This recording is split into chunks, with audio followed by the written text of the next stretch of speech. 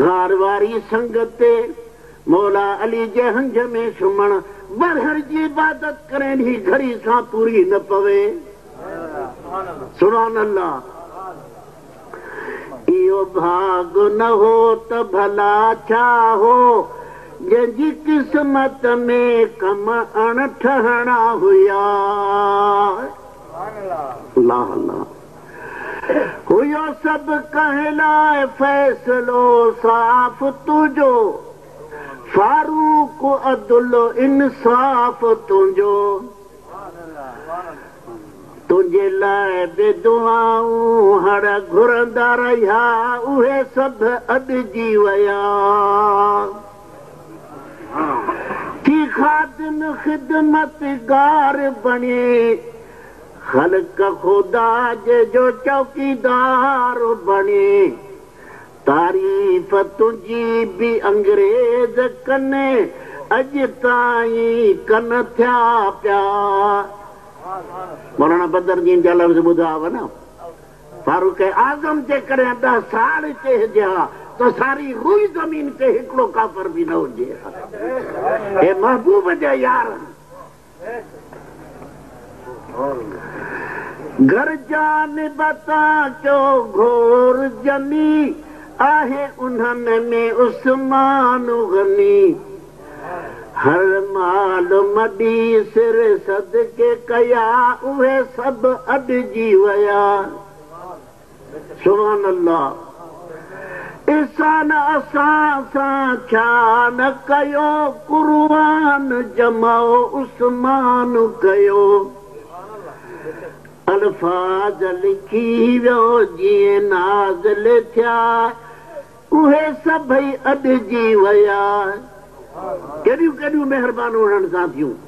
अॼु बि जेकॾहिं चइनि यारनि जे कदम ते हले त उहा साॻी जेका असां सगोरनि खे महिरबानी आहे तव्हां असां सां बि उहे कुर्ब थियनि जे करे। मुंहिंजे हैदर जहिड़ो मटको बि नया जंहिं कुर्बान कया पंहिंजा बचड़ा ऐं बिया। मां घोर सभिनि तां घटि को बि नया उहे सभु अॾिजी विया। सुभान अल्लाह। गॾु चवंदुसि चइननि यारनि खे मां ग़ुलाम नबी पंहिंजे प्यारनि खे। गुलाम नबी सां बि का महिरबानी अहिड़ी आहे जीअं हुसैन बिन साबित रज़ी अल्लाह ताला अन्हु सां महिरबानी हुई।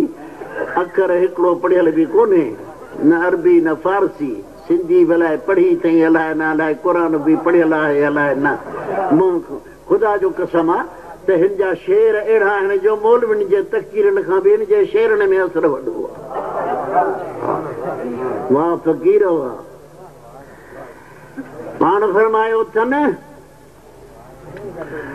त अन मदीनतुल इल्म व अलीयुन बाबहा। मां शहर इल्म जो आहियां। शहर में अचबो आहे त दरवाज़े खां लॻेबो आहे।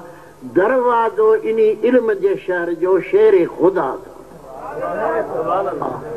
हज़रत जिब्रील अलैहिस्सलाम फरमाईंदो त मां 2 दफ़ा लॻंदोसि इन दरवाज़े खां। महबूब ॾे अचां त बि इन दरवाज़े खां। जे लंघा वरी ॿाहिरि निकिरा त बि इन दरवाज़े खां। रसूल ख़ुदा जे सलाह फरमाए त सारी दुनिया में 10 हिसा इल्म जा आहिनि। 9 हिसा शेर ख़ुदा खे आहे। हिकिड़ो हिसो सारी दुनिया खे आहे। अलाह ताला जल शानो शान असां ऐं तव्हां सभिनि खे चइनि यारनि जी मोहबत अता फरमाए। अल्हम्दुलिल्लाह असां फ़क़ीरनि जो चवण अलाह साईं क़बूल फरमाईंदो। तव्हां साहिबनि जो वेहण ऐं ॿुधण क़बूल फरमाईंदो ऐं अलाह साईं जल शानू इन्हनि ॻाल्हियुनि जे मथां अमल करण जी असां ऐं तव्हां सभिनी खे तौफ़ीक़ अता फरमाए। वाखिर दावाना अनिल हम्दुलिल्लाहि रब्बिल आलमीन।